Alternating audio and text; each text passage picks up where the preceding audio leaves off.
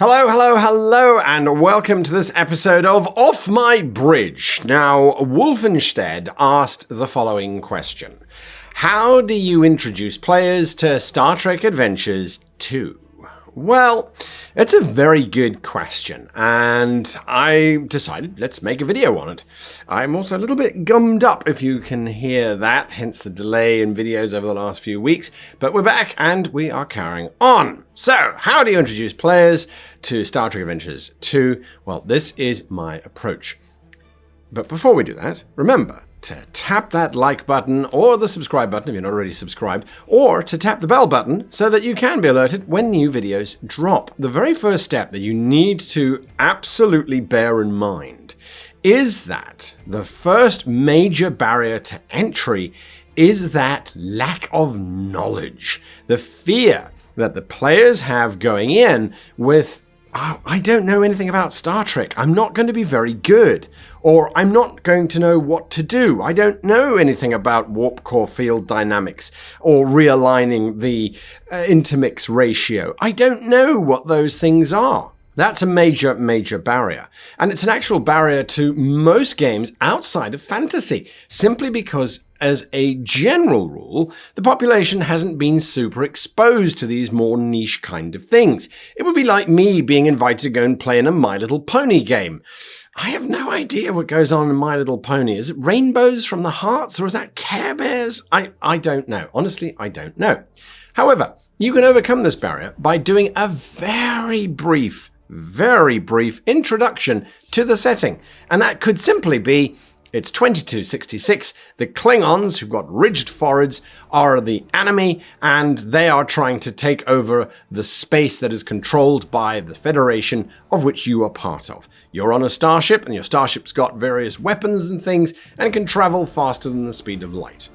That's all you need to do. A very top-down kind of overview.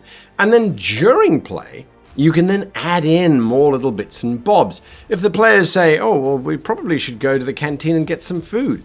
You go, yes. You walk up to the replicator. What would you like to order? Give me any dish that you'd like. Oh, I want fish pie. All right. The replicator creates fish pie.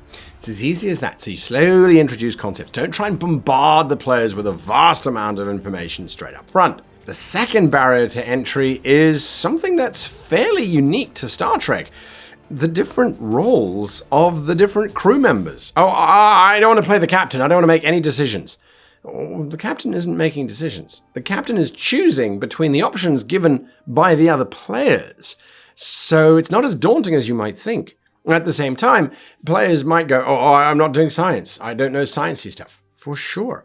But do not let the players think that for a moment you are going to be relying on them to know anything about their roles or about their division.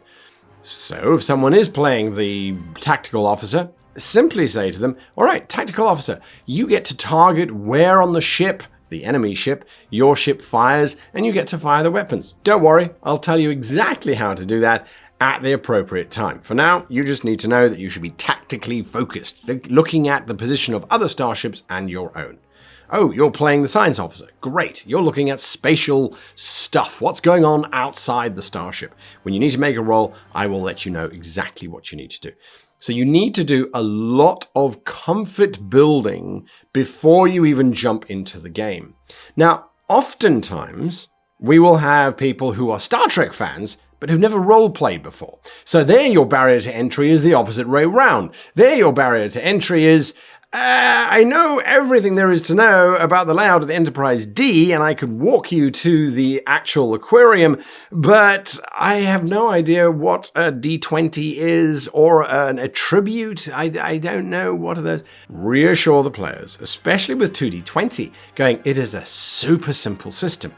And so you're not going to sit down and explain the 2D20 system, regardless of whether they have played Dungeons & Dragons for 1,000 years or whether they have done absolutely no role-playing. The 2d20 system is a step-by-step system, and you can add those layers as the game is going. So you start off by explaining the 2d20 system as, you see those two circular dice, the only dice that you have in front of you. You're going to roll those two dice whenever I ask you to roll them. And you're going to add two numbers together, which I will tell you at the time. And if you've rolled underneath or equal to those numbers, you succeed. Well done. That's it. That's the first mechanic. Get them used to that kind of thing. So those are the three fundamental steps of creating a safe space in which the players can begin to engage with Star Trek Adventures 2.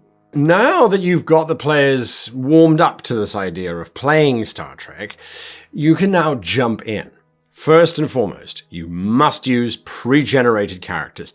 Do not try to get the players to create characters in a game that they have no reference, they have no context, they have no understanding of how the mechanics work. That's just cruel. Just give them some pre-generated characters.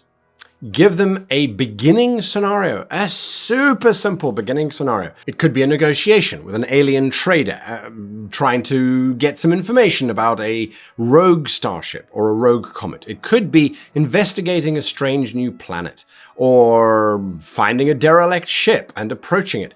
Keep it simple. Keep the narrative out of the way. Yes, out of the way, so that the players can engage and sort of wander around and get familiar with the idea of rolling 2d20.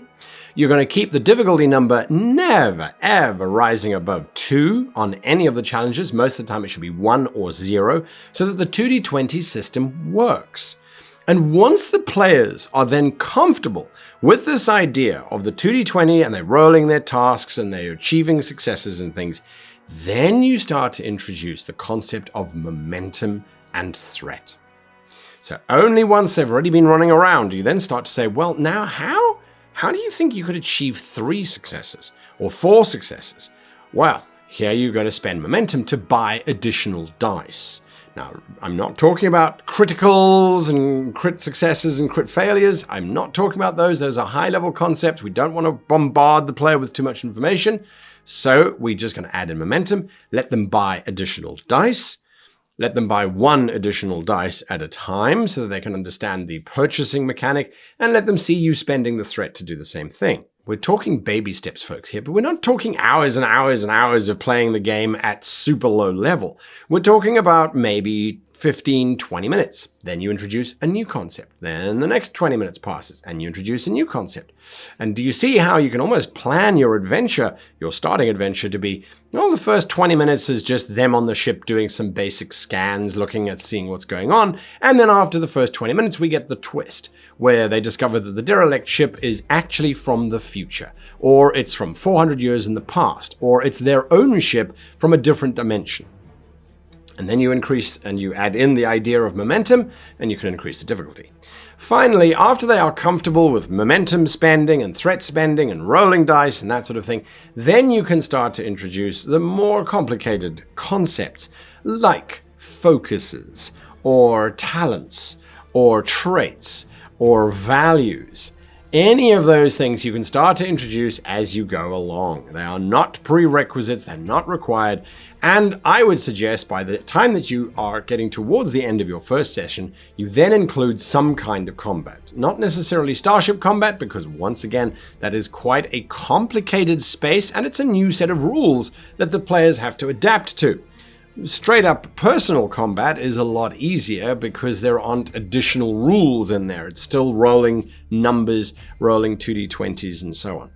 And that, in a nutshell, is basically how I introduce people to Star Trek Adventures 2.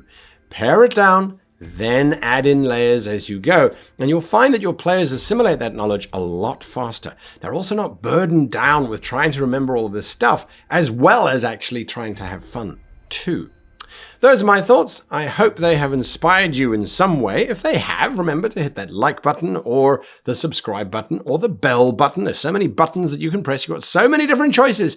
But you see, it's about taking it one step at a time. So today, just press one of those buttons. Next week, 2 of those buttons, and so on and so forth. If you have any suggestions for videos, please let me know in the comments down below. I would love to get suggestions for new content.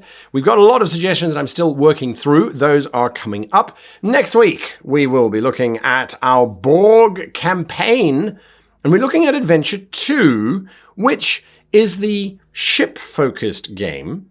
And so I'm going to be looking at how do you create adventures on the ship that are personal stories, such as the type that we used to see in The Next Generation very frequently, in Deep Space Nine and Voyager, and to a large degree in Strange New Worlds as well, where the player characters are the focus of the adventure. They're short, they're sweet, they're wonderful, they are a lot of fun to run, and that's what we're going to be looking at next week. Until next week, a massive, massive, massive thank you to all of my wonderful patrons who keep the lights on, and to all of you for watching all the way until the very end. Until next week, I wish you and yours long life and happy gaming.